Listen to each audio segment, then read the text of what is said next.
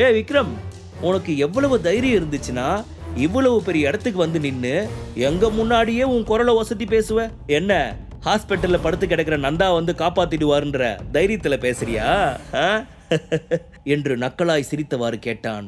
எரிச்சலாக பெருமூச்சு ஒன்றை இழுத்து விட்ட விக்ரம், இப்படி நீங்க 2 பேரும் ஏதாச்சும் பேசி என்ன கலாய்க்கணும் அப்படின்ற மைண்ட் செட்ல இருக்கீங்க. பட் நான் உங்ககிட்ட பேசுறதுக்கு கொஞ்சம் கூட இன்ட்ரெஸ்டே இல்லாம இருக்கேன் என்று திமிராக பதில் சொன்னவன் தனது பார்வையை மாற்றி சுரபி பக்கம் திரும்பி, நாம போலாமா பேபி என்று கேட்க, போலாம் விக்ரம் என்று சொல்லி அவனது கைகளை பற்றினாள் அவனுடைய சுரபி. அப்பொழுது ஒரு குரல் அவனை போக விடாமல் தடுத்தது. அந்த சத்தம் கேட்டு விக்ரம் அப்படியே நின்று விட்டான். ஏ மேன், நில்லு. நீ இந்த புருஷோத்தமன் ஃபேமிலியோட வேஸ்ட் மருமகன் விக்ரம் தானே? எதுக்காக இப்போ ஓவர் ரியாக்ட் பண்ணிக்கிட்டு இருக்க? இப்படி பாதியிலேயே பார்ட்டியை விட்டு போறது சரியா? இது எங்களை அவமானப்படுத்துற மாதிரி இருக்குது. நீ இங்கிருந்து போக நினைச்சனா நீ மட்டும் போ. அதை விட்டுட்டு இங்க இருக்கிற வேற யாரையும் அழைச்சிட்டு போறதுக்கெல்லாம் நாங்க விட மாட்டோம். நாங்க இப்ப என்ன சொன்னோமோ அதை சுரபிய பண்ண சொல்லு. அப்படி இல்லாட்டி உன் ஒய்ஃபோட கம்பெனி திவால் ஆகிடும். இதுல எந்த ஆப்ஷன்னு நீ சூஸ் பண்ணிக்கோ என்று சொன்னான் ஆர்யா. அவன் பேசியதை கேட்ட விக்ரம் டேபிளில் இருந்த 2 கிளாஸையும் அதன் அருகில் அமர்ந்து குடித்து கொண்டிருந்த சரவணனையும் பார்த்தான். அப்பொழுது அவன் காதில் சுரபி இதற்கு முன் நடந்த அனைத்தையும் சுருக்கமாக அவனிடம் சொல்லி முடிக்க, இப்பொழுது விக்ரமின் பார்வை தீவிரமாக யஷ்வந்தை நோக்கி சென்றது. அவனின் அத்தை மற்றும் மாமாவான ரேணுகா மற்றும் சரவணன் தனிப்பட்ட முறையில் அவனிடம் எப்படி நடந்து கொண்டாலும் அவர்கள் தன்னுடைய அன்பு மனைவியின் தாய் தந்தை. அவர்களை இங்கிருந்தவர்கள் எதற்காக அவமதிக்க வேண்டும்? அது மட்டும் இல்லாது தன்னுடைய அன்பு மனைவியை ஊசியின் நுனியில் நிற்க வைப்பது போல நிற்க வைத்து அவளை கஷ்டப்படுத்தி இருக்கிறார்கள். இவர்களை எல்லாம் ஏதாவது செய்ய வேண்டும் என்று அவன் மனது துடித்தது. அவர்கள் அனைவரையுமே திமிராக பார்த்தவன், இங்க இருக்கிற எல்லாருக்குமே குடிக்கிறதுனா அவ்வளவு பிடிக்குமா? ஓகே, இங்க இருக்க எல்லாருக்குமே நான் ஒரு வாய்ப்பு தரேன். நீங்க எந்த அளவுக்கு குடிக்க நினைக்கிறீங்களோ அவ்வளவுக்கு குடிங்க. அதுக்கு ஏத்த மாதிரி நான் உங்களுக்கு பணம் தரேன் என்று அவன் மிகவும் கூலாக சொன்னான். ரோட்ல போற லோக்கலான ஆளிவன் இவன்லாம் நம்ம கிட்ட இந்த அளவுக்கு தில்லா பேசுறானா? இவன் பேசுறத நினைச்சு எனக்கு சிரிப்பு தான் வருது. அதே சமயம் இவன் எல்லாம் நம்மள பேசுறான்னு நினைச்சு எனக்கு ரொம்ப ஷேமாவும் இருக்குது என்று ஆர்யாவின் காதிற்குள் சங்கடமாக சொன்ன லூயிஸ் நர நர என்று பல்லை கடித்தவாறு விக்ரமை பார்த்து முறைத்தார். காரணம், யஷ்வந்த் மூலமாக விக்ரமை பற்றி அவன் ஏற்கனவே கேள்விப்பட்டிருந்தான். மிஸ்டர் யஷ்வந்த், என்ன இதெல்லாம்? இப்படிதான் கொஞ்சம் கூட மேனஸே இல்லாத ஆளை பார்ட்டிக்கு வர வச்சு எங்களை இந்த மாதிரி இன்சல்ட் பண்றது தான் நீங்க எங்களுக்கு தர ரெஸ்பெக்டா? தெருவில் போகிற நாயெல்லாம் இங்கே வரும்னு தெரிஞ்சிருந்தா நாங்கள் இங்கே வந்திருக்கவே மாட்டோம் என்று ஆர்யா சொன்னான். ஆமாம், உன்ன மாதிரி மிருகங்கள் எல்லாம் இந்த மாதிரி மனுஷங்களோட அட்டாச் ஆகாது. ஜூவில் இருக்கிறது ஃப்ரெண்ட்ஸோட தான் சுற்றிட்டு தெரியும். நீ இங்கே வந்தது ரொம்பவே தப்பு தான் என்று அவனை பார்த்து நக்கலாக சொன்ன விக்ரம் தந்திரமாக சிரித்து கொண்டு தனது போனை எடுத்து டேனிக்கு கால் செய்தான். அங்கிருந்து நகர்ந்து சென்ற அவனிடம் ஏதோ பேசி மீண்டும் யஷ்வந்த் மற்றும் தீனதயாளனை நோக்கி வந்தவன், என்னோட ஒய்ஃப் இந்த புருஷோத்தமன் ஃபேமிலி நேமில் அவளோட ஆர்னமெண்ட் கம்பெனியை ரொம்ப ஹை லெவலுக்கு கொண்டு போயிருக்கா. அதுக்காக அவள் எந்த அளவுக்கு கஷ்டப்பட்டா அப்படின்றது எனக்கு தான் தெரியும். ஆனால் சாதாரணமாக அந்த நேமை தூக்கி எறிய சொல்லிட்டு நீங்கள் அந்த நேம் யூஸ் பண்ணி ஹை லெவலுக்கு போகலாம்னு நினைக்கிறீங்களா? அந்த மாதிரி நினைப்பு உங்கள் மனசுக்குள்ளே இருந்துச்சுன்னா கண்டிப்பாக நீங்கள் அதுக்கு அனுபவிக்க வேண்டிய பிரச்சனை ரொம்ப மோசமாக இருக்கும். இதை மனசில் வச்சுக்கோங்க என்று அவர்கள் அனைவரையும் பார்த்து எச்சரிக்கை விடுத்தான் விக்ரம். ஹேய், யாரா நீ சொல்றத நாங்க எதுக்கு கேட்கணும்? எங்களெல்லாம் பார்த்தா உனக்கு என்ன மென்டல் மாதிரி தெரியுதா? நாங்க யாரு, எப்படிப்பட்ட ஆளு, இந்த மாதிரி எந்த விஷயமும் தெரியாம எங்க முன்னாடி நீ நின்னு இவ்வளவு தைரியமா பேசிக்கிட்டு இருக்க என்று கோபமாக கத்தினான் ஆர்யா மேத்தா. ஹேய், உன்னோட மருமக என்ன பண்ணிக்கிட்டு இருக்கான்? உன் குடும்பத்துக்கு கொஞ்சம் கூட மரியாதைன்னா என்னன்னு தெரியாதா? புருஷோத்தமன் ஃபேமிலி நேமில் இருக்கிறதுனால தான் உங்கள் வீட்டு ஆளுங்களுக்கு நாங்கள் கொஞ்சம் மரியாதை கொடுத்துருக்கோம். ஆனால் அவன் இதே மாதிரி தொடர்ந்து இப்படியே பேசிக்கிட்டு இருந்தா உங்கள் குடும்பம் மொத்தத்தையும் நாங்கள் காலி பண்ணிடுவோம்.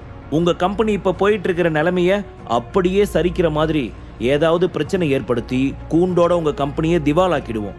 நாங்கள் சொல்கிறத கேட்டு நடந்துக்கிட்டீங்கன்னா நீங்கள் பொழைச்சிப்பீங்க. இல்லை இந்த மாதிரி ஒன்றுத்துக்கும் ஆகாதவனை கூட்டிகிட்டு வந்து பேச விட்டீங்கன்னா நீங்கள் பின்னாடி எங்கள் காலில் விழுந்து கெஞ்சுற மாதிரி வரும். அதுக்கு நிறையவே சான்ஸ் இருக்கு என்று யஷ்வந்த் சிரித்து கொண்டே சொன்னான்.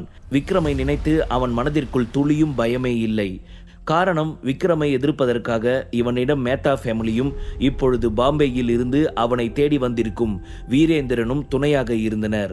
ஆனால் உண்மையில் வீரேந்திரன் எதற்காக வந்திருக்கிறான் என்பதை நாம் காலப்போக்கில் தான் தெரிந்து கொள்ள வேண்டும்.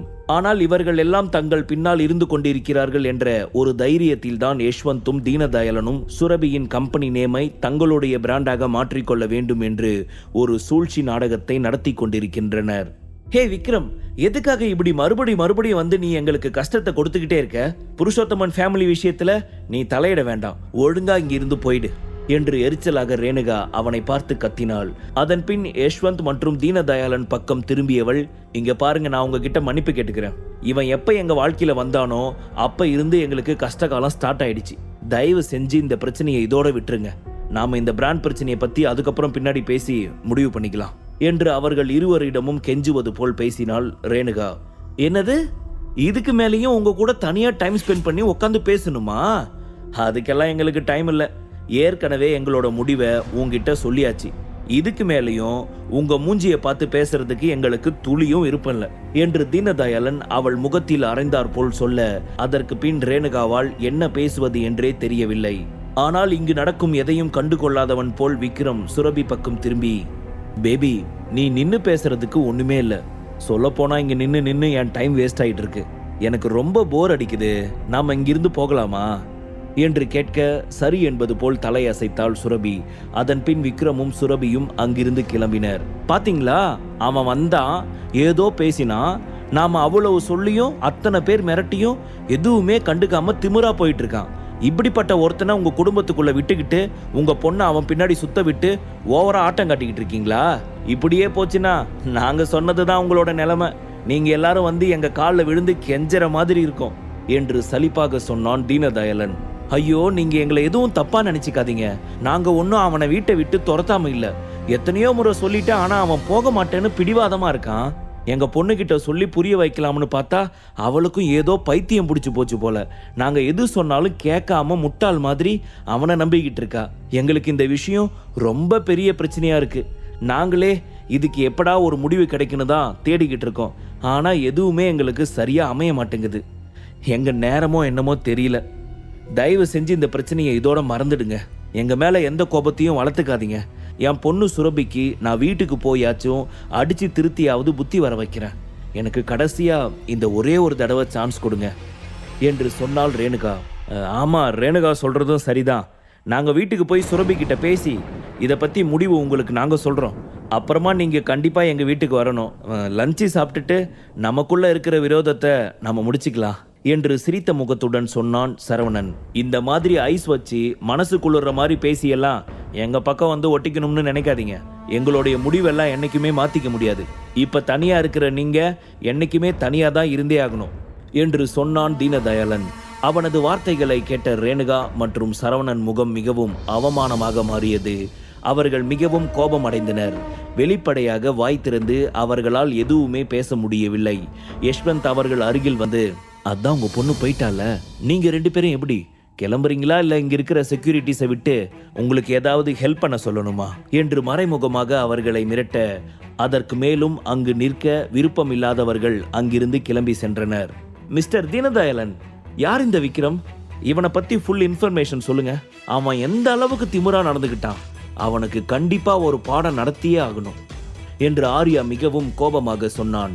தன் முன் மிகவும் திமிராக நடந்து தன்னை அவமானப்படுத்திய விக்ரமிற்கு தான் யார் என்று காட்ட வேண்டும் என்று நினைத்தான் ஆர்யா. அதே நேரம் ஆர்யா மேத்தாவின் மொபைல் ஒலித்தது. மொபைல் டிஸ்பிளேவில் ஆண் பெயரை பார்த்ததும் அவன் முகம் ஆச்சரியமாக மாறியது.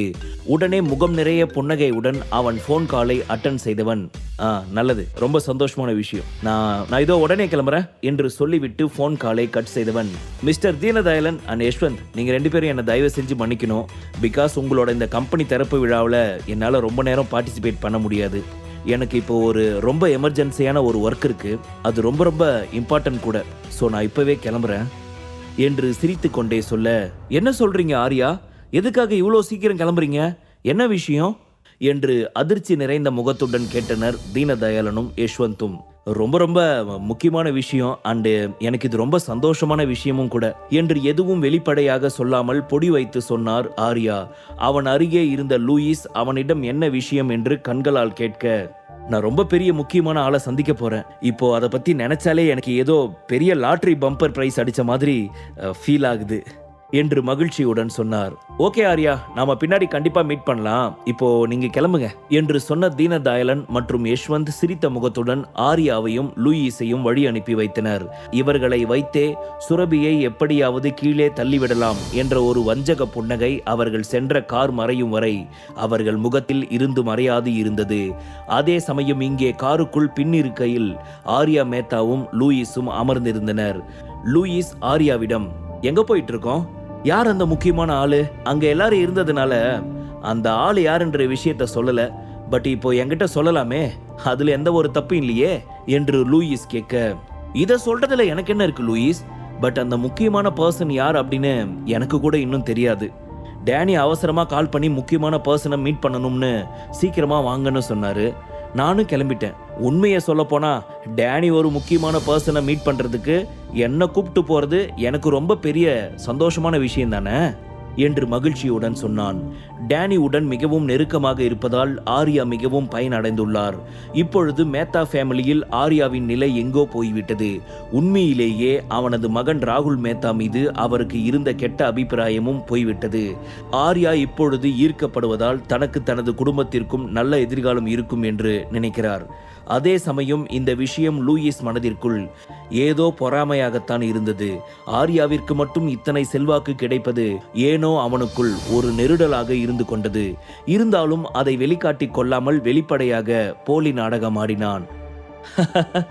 வாழ்த்துக்கள் மிஸ்டர் ஆர்யா. மிஸ்டர் டேனிக்கு நீங்க ரொம்ப ஃபேவரட்டான பெட் அப்படின்றதுனால கண்டிப்பா உங்களுக்கு ஃபியூச்சர்ல நல்ல எதிர்காலம் இருக்குது என்று பொய்யாக அவனை பாராட்டினான் லூயிஸ். அதே சமயம் இங்கே விக்ரம் சுரபியை கத்தி அழைத்தவாறு அவர்கள் அருகில் வந்த ரேணுகா, உங்க 2 பேருக்கும் புத்தி கேட்டு போச்சா என்ன? ஹே விக்ரம், உனக்கு நான் எத்தனை தடவை சொன்னாலும் புரியாதா? அங்க எவ்வளவு பெரிய பார்ட்டி நடந்துட்டு இருக்குது, அங்க இருந்தவங்க எல்லாம் எவ்வளவு முக்கியமான ஆளுங்க, ஆனா நீ அங்க என்ன மாதிரி காரியம் பண்ணிட்டு வந்திருக்க? உன்னை யார் அந்த மாதிரி எல்லாம் பேச சொன்னது? இப்ப நீ பேசின பேச்சினால அவங்க சுரபியோட கம்பெனி நேம கண்டிப்பா அவங்களுக்கு கொடுத்தே ஆகணும்னு ஒரே பிடிவாதமா நிக்கிறாங்க. இதனால என் பொண்ணோட பிசினஸ் எந்த அளவுக்கு ஸ்பாயில் ஆக போகுது உனக்கு தெரியுமாடா என்று கோபமாக அவள் கத்தினாள்.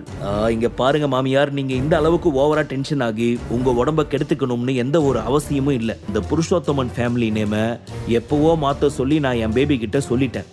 அவளும் அதை மாத்துறதுக்கு ஒத்துக்கிட்டா என்று அவன் மிகவும் கூலாக சொன்னான். என்னடா சொல்லிக்கிட்டு இருக்க? நீ பைத்தியக்காரனா? எதுக்காக இப்படி எல்லாம் பண்ணிக்கிட்டு இருக்க என்று அதிர்ச்சி நிறைந்த கோபத்துடன் கேட்டாள் ரேணுகா. முழு கதையையும் கேட்டு மகிழ பாக்கெட் FM ஆப்பை டவுன்லோட் செய்யுங்கள். லிங்க் டிஸ்கிரிப்ஷனில் கொடுக்கப்பட்டுள்ளது.